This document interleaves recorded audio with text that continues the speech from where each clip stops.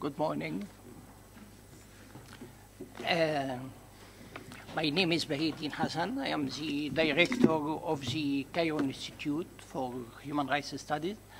I am pleased to welcome all of you on the panel which is sponsored by the Cairo Institute for Human Rights Studies and is held with the collaboration of three human rights organizations. Two of them are International Human Rights Watch and Frontline Defenders, and the second Committee for Justice. Before we start, some participants asked not to have photos for themselves without prior approval of any one. So please, who would like to take photo, please ask permission of everyone you would like to make it.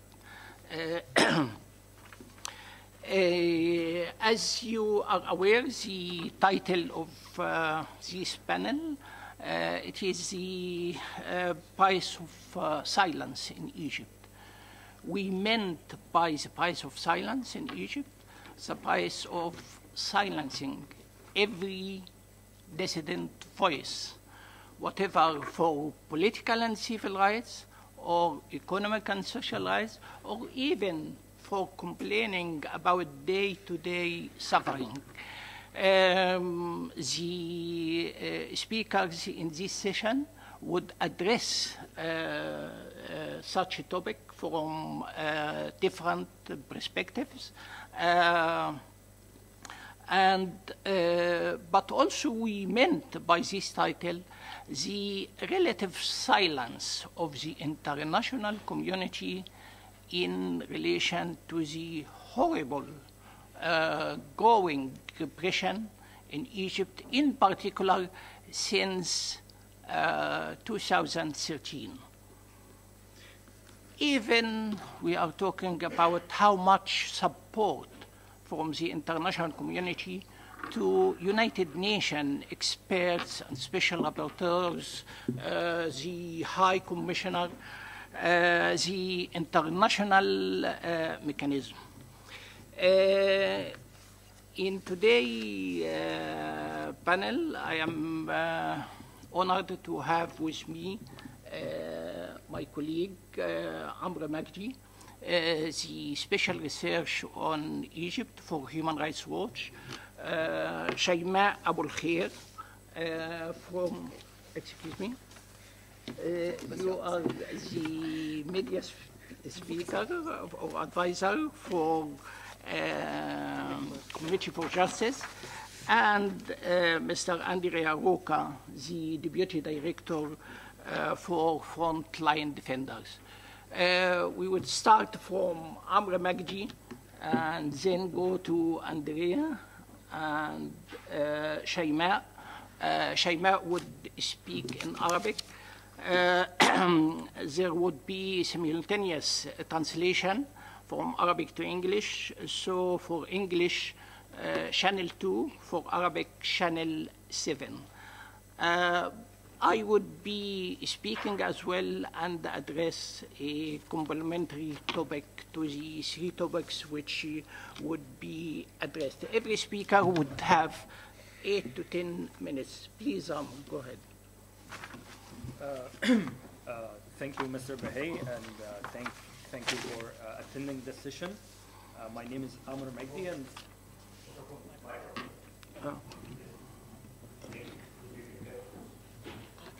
Oh, okay. Yep. Do you hear me now?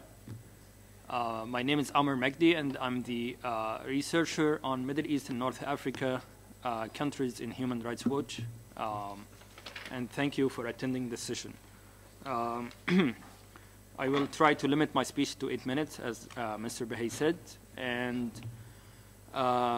usually because of the nature of my work as a researcher, I try to in my daily work, we try to document the very small minutes and details of any conclusions we come about when it comes to documenting the continuous violations in Egypt. But here, instead of bothering you with so many minute details that you can find in our reports and documents online on our website, I will rather try to actually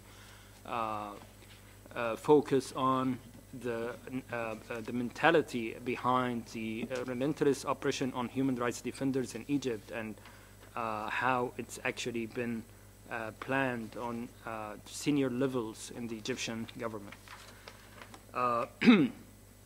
Under President Abdel Fattah al-Sisi, the Egyptian government has been relentlessly clamping down on public sphere and human rights organizations.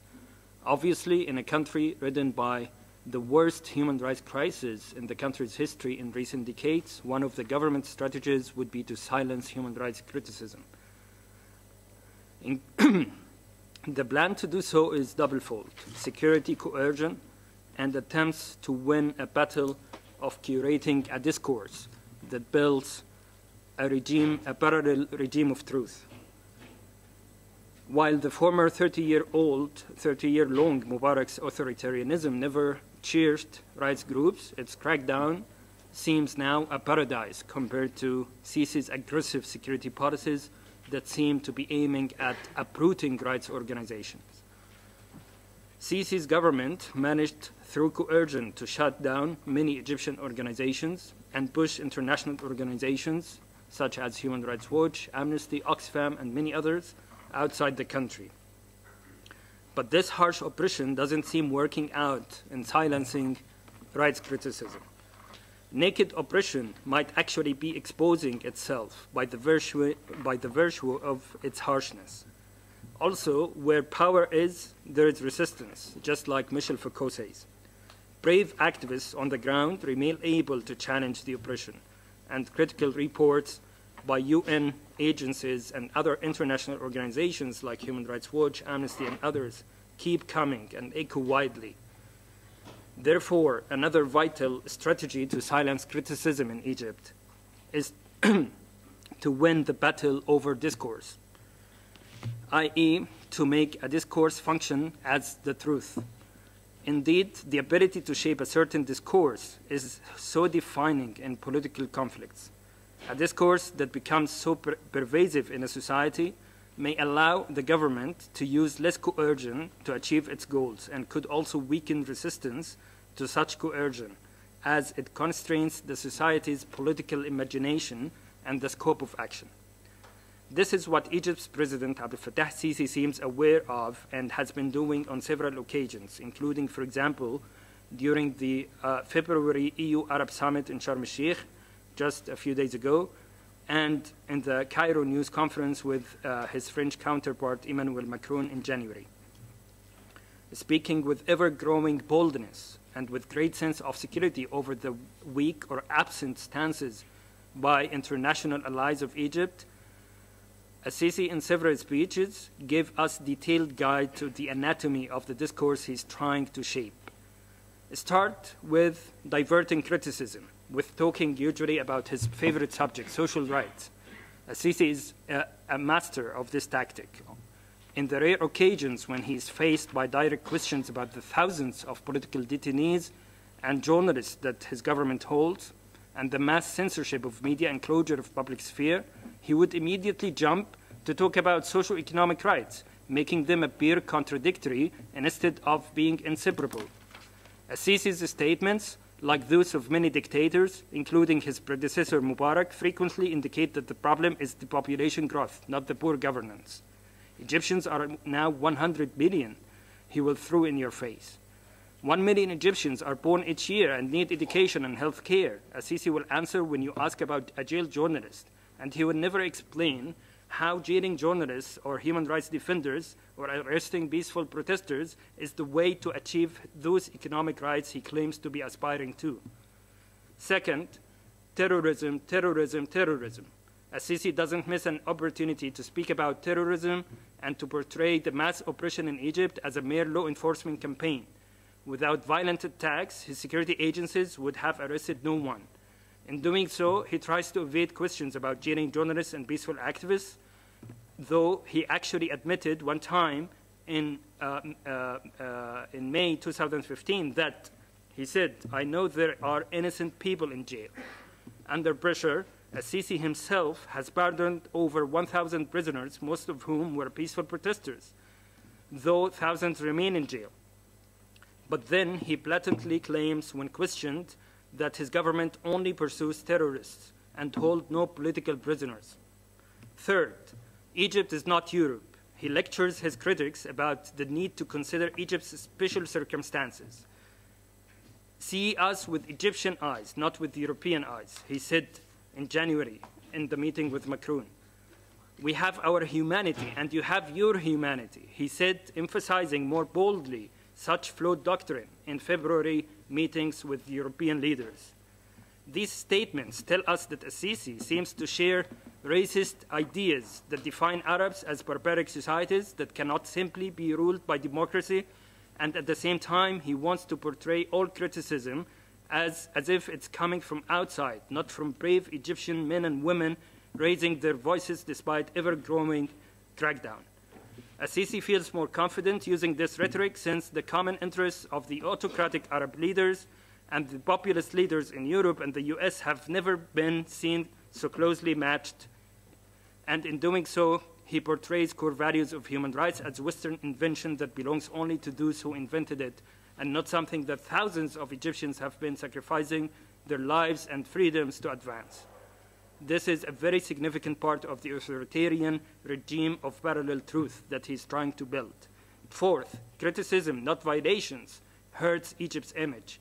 That he said this in his meeting with President Macron, and to respect time limits here, I jump to the fifth and beyond. Decisively misinform. Misinformation should be extensively used, and it is a thread that connects the whole net. Assisi is an authoritarian leader who doesn't shy off from making statements stuffed with falsehood and misinformation. The police never used French or any other imported vehicles against peaceful protesters. Even if the hundreds of protesters saw these death-ridden vehicles crushing them, and even if these events were video recorded as documented by Amnesty and the International Federation for Human Rights. His security forces never used violence or weapons against protesters, despite government-sponsored fact-finding reports saying otherwise. All religious minorities, even non-believers, are living in peace in Egypt, even if reports show that non-stop discrimination against Christians, Shia Muslims, and others, and the list of this misinformation goes on. Coupled with extremely tight security grip, Assisi tries to shape such a discourse to refute and silence criticism, but his plan simply won't work. Thank you. Thank you, Amr. The floor for you, Andy. Thank you, Chair, and let me say good morning, everyone. First of all, that I'm honored to be sitting with such a distinguished panel today. I would like to share some findings from a report that we have published just a few weeks ago in Frontline Defenders, Striking Back, Egypt's Attack on Labor Rights Defenders. You will see copies just at the table there near the door. And one of the motivation, and I'll focus, I suppose, on the specific group within civil society and human rights defenders, the specific group of those that work on labor rights issues. And one of the motivation for doing so is the violent oppression the labor rights defenders have seen against themselves amidst the increasing rates of poverty, which in itself makes their work much more significant and important. According to a statistic from the World Bank, over 60% live in some urban areas, live below the poverty line. So this, as Amr was saying, this goes very much against the rhetoric and the, I suppose, the message from the government that there is a huge economic progress. And labor rights defenders in this situation play an instrumental role, not just for labor rights themselves, but for a whole host of economic, social, and cultural rights, including access to healthcare and education, for example.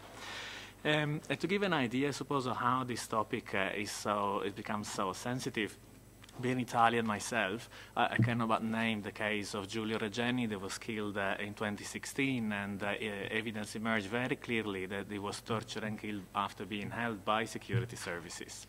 And he was in fact researching for his PhD the labor rights movement, in particular among street vendors or street sellers. And the fact that a foreign academic could be killed in such a way really gives very clearly the idea of how dangerous and sensitive this issue is. And we feel there has not been enough awareness and enough discussion internationally about this particular group of defenders. And things are compounded also for them by somehow a disconnect from other sectors of civil society and the human rights movement.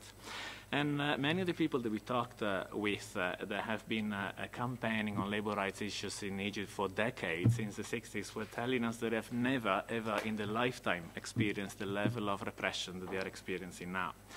And this is due to not just the general repressive attitude of the government against any form of dissent and criticism, but also is compounded by the increasing militarization of the economy. And by this we mean the increasing role that the military has as an economic actor. I think in Egypt the military has always been an influential economic actor, but in the last 5 years there has been a huge increase in investment and acquisitions in a host of economic sectors, from transportation to hospitals and healthcare, to hospitality, through hotels and resorts, textile manufacturing, grain mills, fish farms, cement factories, real estate, you name it, any sector of the company, of the economy, there are interests of the military in there. And it is difficult to put a figure in this. Some sources estimate to 3 points of GDPs. Others say that there is at least an indirect influence up to over half of the economy, but there is certainly no disputing that in the last 5 years there has been huge investment and a growth of the role of the military in the economy. And any labor organizing in sectors which are owned, businesses that are controlled or owned by the military, entails a very high risk of retaliation by the military, including military prosecution. Human rights defenders working on these issues have been, for example, assaulted for trying to attend trade union meetings. They have been punished for their activities by being relocated in factories very far away, hours away from their home. They have been dismissed from work, and of course sometimes, or very often actually, these activists are themselves workers, and if it is in factory settings, it's often low-wage workers. So we assist at what we are calling a weaponization of poverty against activism. And of course mass firings as well against protesters. Amr again mentioned about 1,000. An observatory that tracked these numbers have an estimate of approximately 2,500 workers that have been dismissed only in a 12-month period for exercising the right to protest within a work setting. And this statistic is from 2017. And I'll focus, since I think I've already used a few minutes of my time, about one of the main case studies in this report.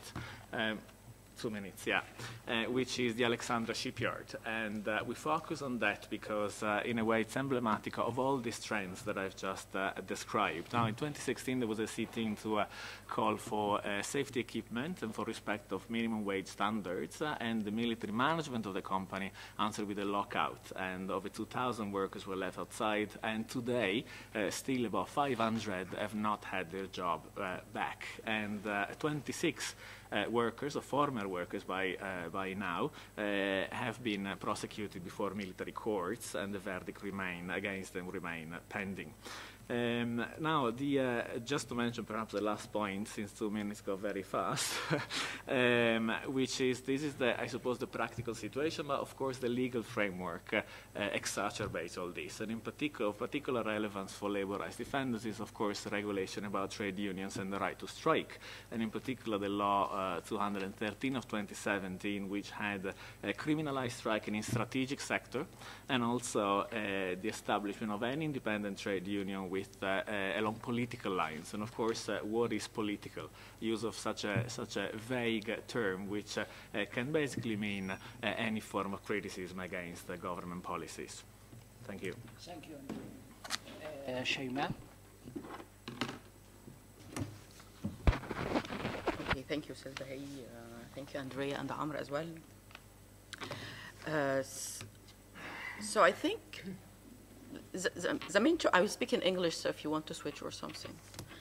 I think all the public notes coming or speech from the Egyptian regime and the Egyptian government led by the Sisi is talking about how much Egypt is facing a security threats, which is true, and I think everyone is agree with this. But the point here that we want to focus on in my note is how Egypt was using the counterterrorism laws that they made to face this kind of threats, to silence civil society organization and human rights defenders and political activists, and how it has been used actually to make a huge crackdown of on civil society organizations. According to our documentation in Committee for Justice, actually we noticed that most of the alert and the statement came out of the bodies of the UN. All of it is complaining against that Egypt is not complementing with its obligation with the UN. And Egypt is #1 is in the Middle East that is received alert and a statement that highlighting the violence that in Egypt against human rights defenders and political activists. In Egypt, to face this kind of threats, they established a special court, is that the terrorist court, which, as we know, it's according to the emergency laws that was putting in force in the past few years, and it is renewing every time it's ended. And this law actually have been used mainly against the journalists and the human rights defenders, especially like Shadi al-Ghazali Harb, Huda Abdelmenem Abdel Futuh, Mohammed al-Assas, Shadi Abu Zaid, and Mohammed Ramadan, who recently was tried by who's a human rights defender, and actually he was tried according to this counterterrorism law. So some of this prosecution was affiliated with mainly some opposition parties like Excessive April and the Ultras, or the fans of footballs, and some of them with human rights defenders and journalists. I want to highlight here that in 2018, the head of the newly established UN Office for Counterterrorism Under Secretary General Mr. Falcon visited Egypt, and during this visit, the role was to include how Egypt can establish a human rights and rule of law during their fight against terrorism, as they said. But unfortunately, until now, we have not heard anything publicly about this. That is clear. How it was disclosed, and from January 2016 to January 2018, Egypt was using the counterterrorism court to silence this, and Egypt was a chair of the UN Security Council Counterterrorism (CTC), which is a body to complete of all the 11 council members that monitor the members and how they implement of the Virus Security Council resolutions and decision dealing with the counterterrorism. And in all of that Egypt was actually affiliated, failing to do this. I want to back again to, I'm sorry, just I left part of my notes. So, yeah. So in the Sisi government, actually assisted by the Ministry of Media, they want to, we can say they increase the control on media, so to control the role of media, so it's not being able to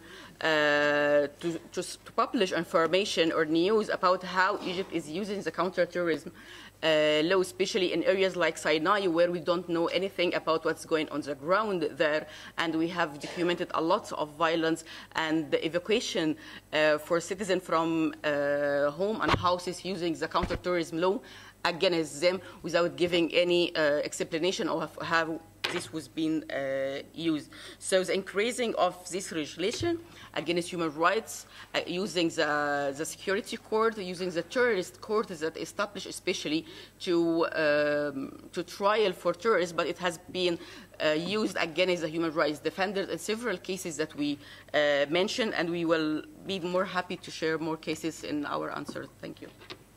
Thank you, Shaima. Thank you.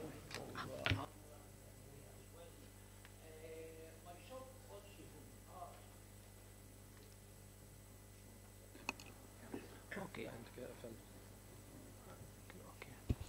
Thank you, Amr, Andrea, and Shaima as well.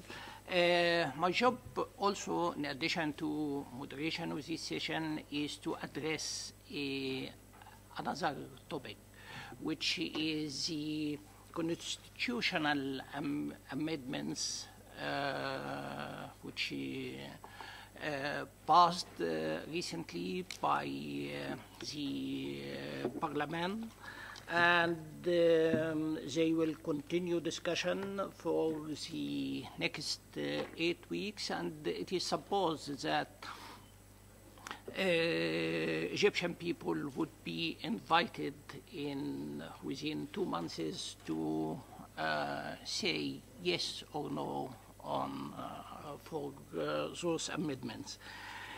In this regard, this is a huge development for the future of Egypt. It is not just saying that those just amendments. It is not technical amendments. It doesn't aim to consolidate the constitutional guarantees for human rights of the people. No, to the contrary. I would just highlight 3 objectives of those constitutional amendments. In fact, President Sisi, his first plan was to make such amendments before the presidential elections which took place last year. But for a reason or another, he couldn't make it. And this may explain also what happened during this presidential election, and I will come back to that later. The proposed constitutional amendments aims, number 1, to codify and legalize illegal practices and unconstitutional policies and laws that have been in place since 2014. So, granting President Sisi formal power over the judiciary and eradicating what remains of its independence, according to a senior judicial source. He told the press that the main aim of these constitutional amendments is constitutionalization of dictatorship in Egypt. Number 2, the aim number 2 is to keep President Sisi in power effectively for life, and grant him and the other top generals impunity from all the brutal human rights which just we have heard a sample of such crimes from the 3 speakers.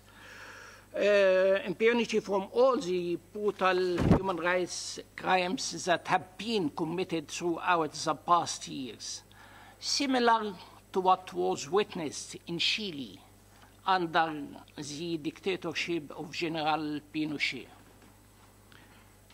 Third, the constitutional amendments seek to constitutionally give the military a political rule.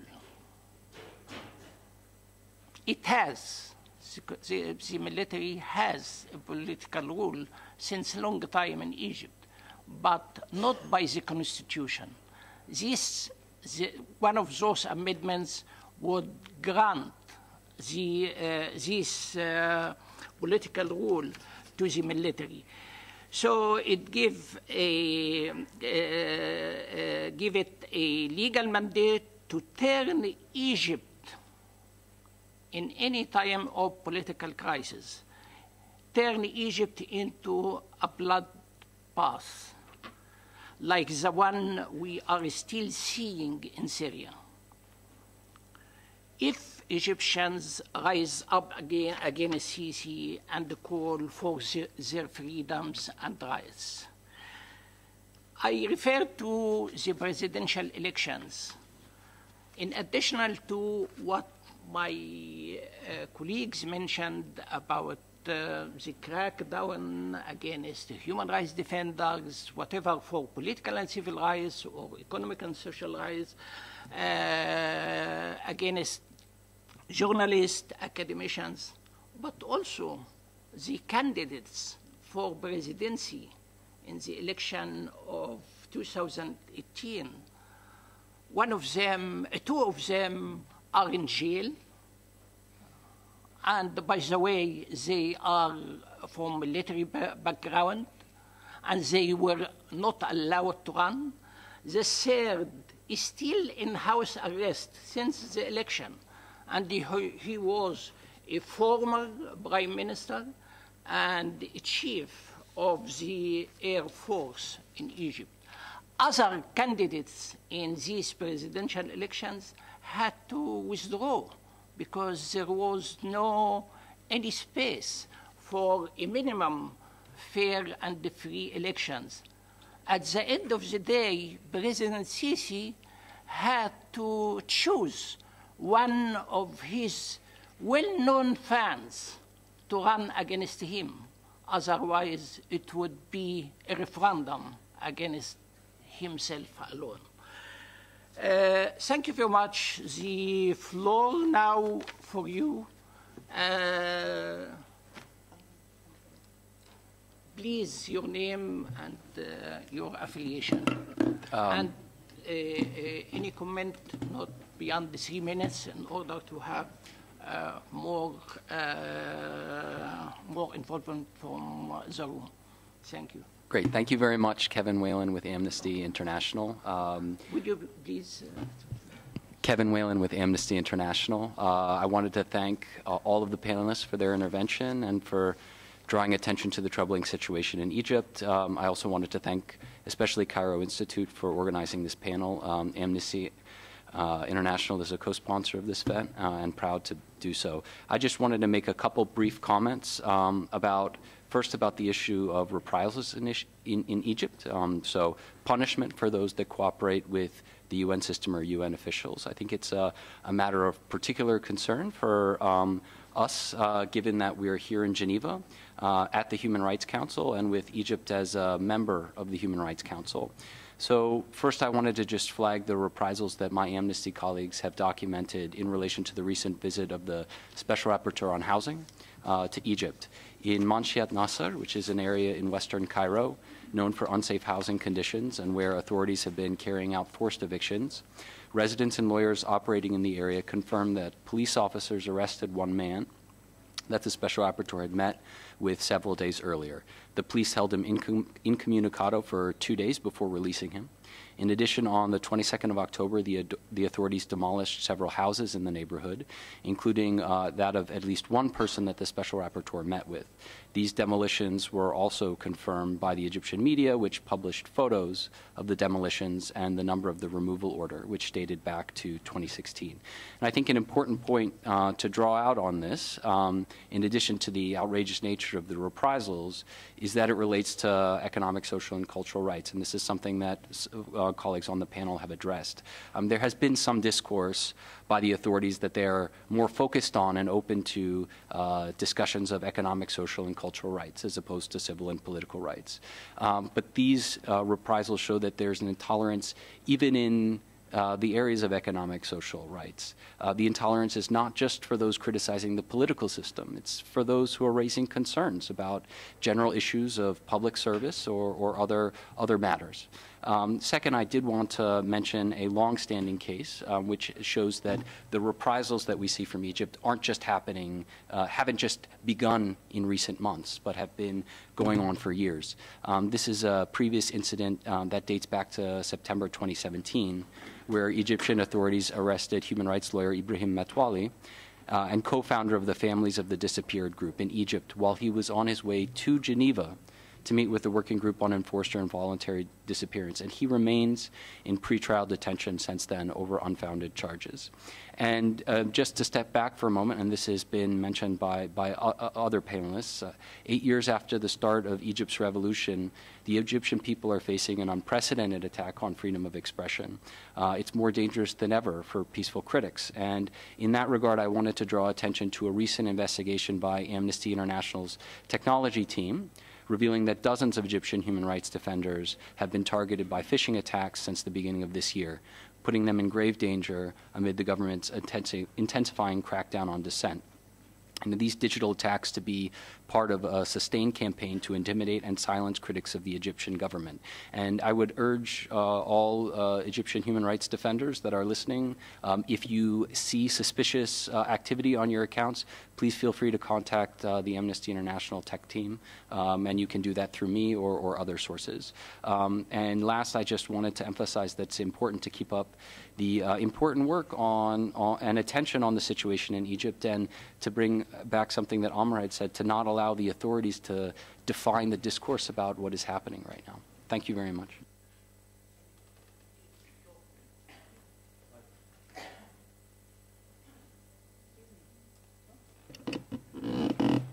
Good afternoon. I'm Leilani Farha. I am the UN Special Rapporteur on the right to housing, who was just referenced in my colleague's comments from Amnesty.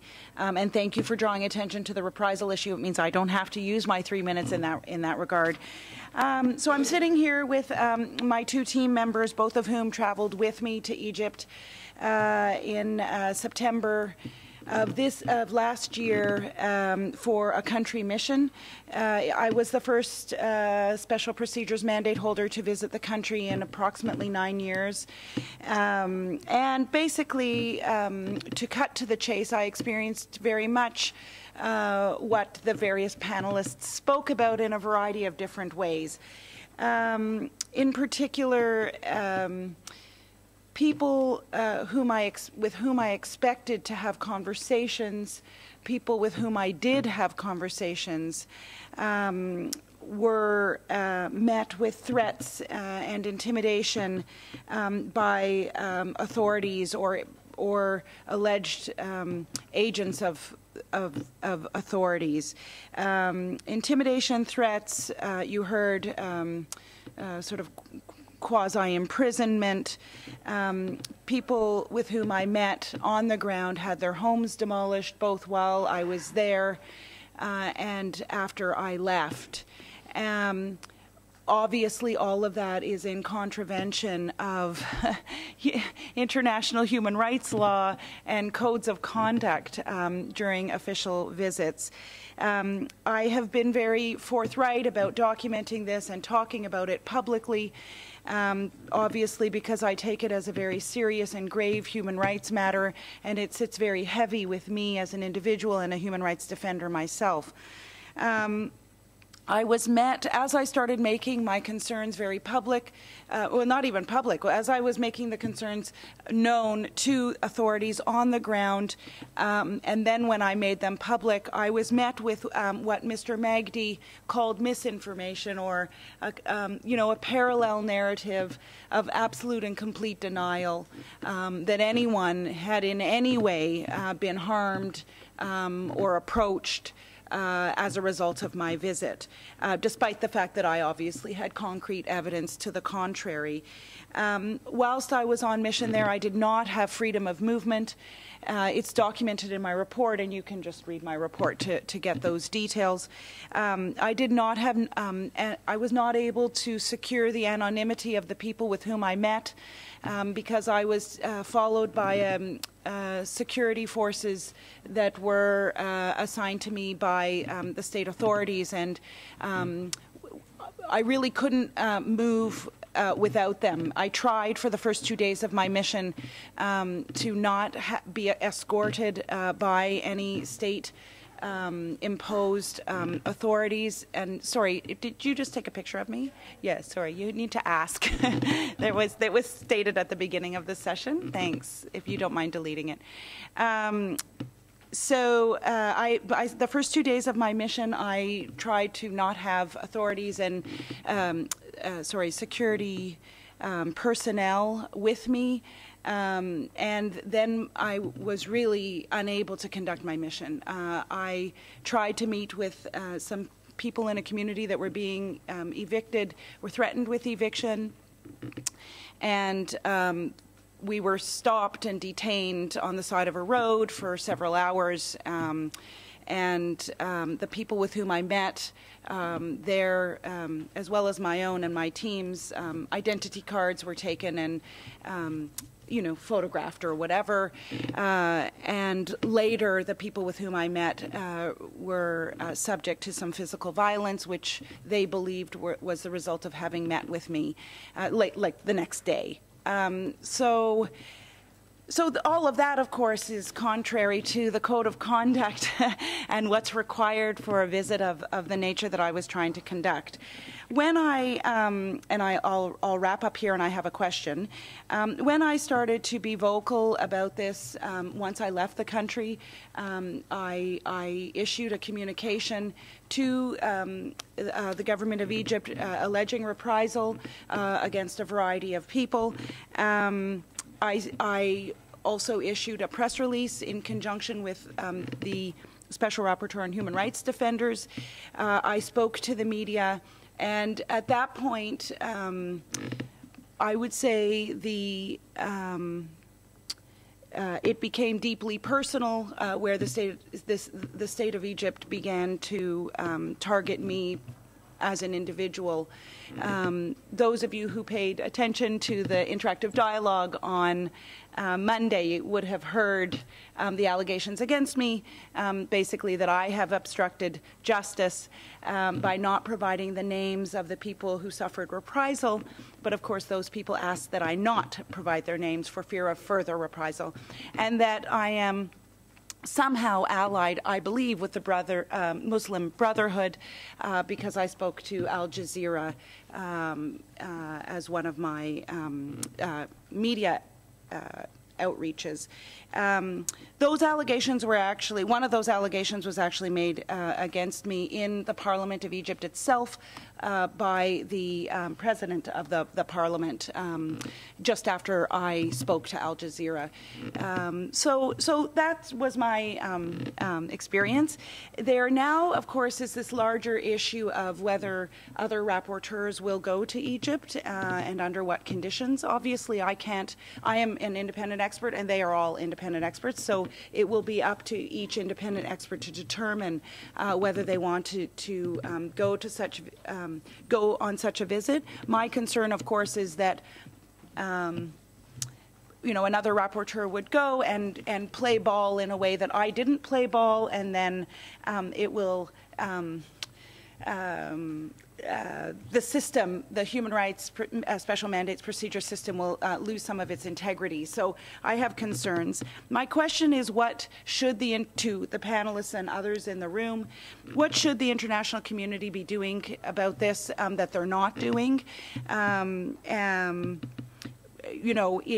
My experience was that the actual substance of my mission has taken second fiddle to these other issues, which is really unfortunate because there's some real serious housing issues and right to housing issues in the country that need to be addressed.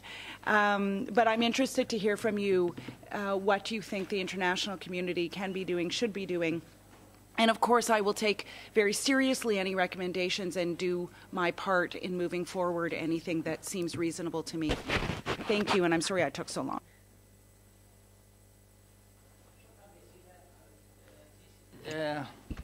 I would like to use this opportunity to congratulate you on your report, your mission.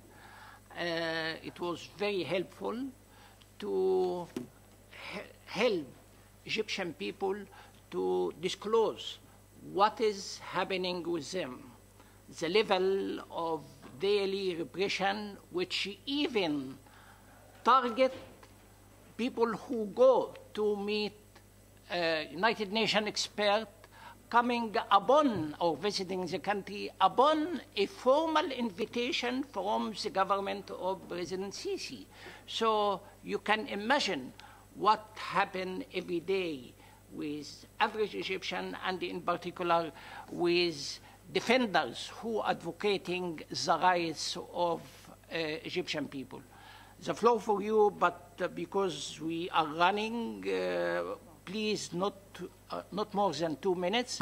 We have additional intervention here, and we have to close with concluding remarks from the speaker, including answering your question.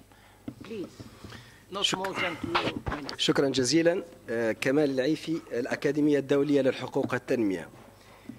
شخصيا لدي في حوزتي أكثر من 500 ملف لانتهاك جسيم في مصر، ليس انتهاكا عاديا. شخصيا لدي أكثر من 500 ملف انتهاك جسيم، بما فيها قتل خارج إطار القانون، بما فيها تعذيب، بما فيها سحل، بما فيها تغييب، بما فيها اختفاء قسري، بما فيها اختفاء قسري لمدة شهر ثم ظهور الإنسان مبتور اليد والرجل. فيعني الكلام عن حقوق الإنسان في مصر يبدو لي شيئا غريبا. وصلت لدرجة في لقاء مع أحد المقررين الخواص، وأنا أنتهز فرصة وجود مقررة خاصة، بعد أكثر من نصف ساعة من الاستماع يقول نحن نعلم أكثر من ذلك، ولكن لا نستطيع أن نفعل أكثر مما فعلنا. مع كل هذا أنا أطرح سؤال ليس للمتدخلين وأحيي فيهم الشجاعة، لأنه مركز القاهرة للأسف ومن المتناقضات مركز القاهرة يعمل خارج القاهرة، وهذا من المفارقات العجيبة.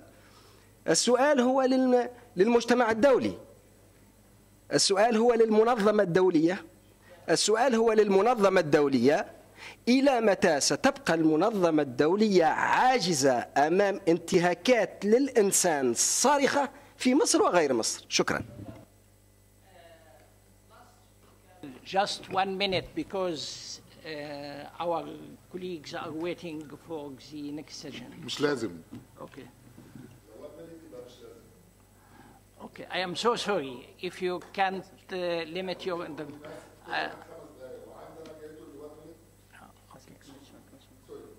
okay, thank you. Please, for the last concluding remarks, 1 minute each.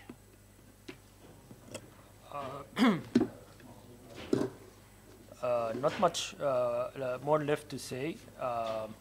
Just to address the special rapporteur's question about what the international community should be doing, I think international community is a very wide term.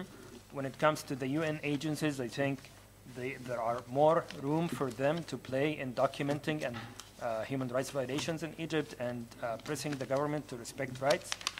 And when it comes to Egypt, Western allies, I think we are seeing extreme silence and very weak stances against human rights violations in Egypt, which if would occur in Iran or Venezuela, we would have seen much more stronger stances, and we are pushing for these. Thank you. Shaima?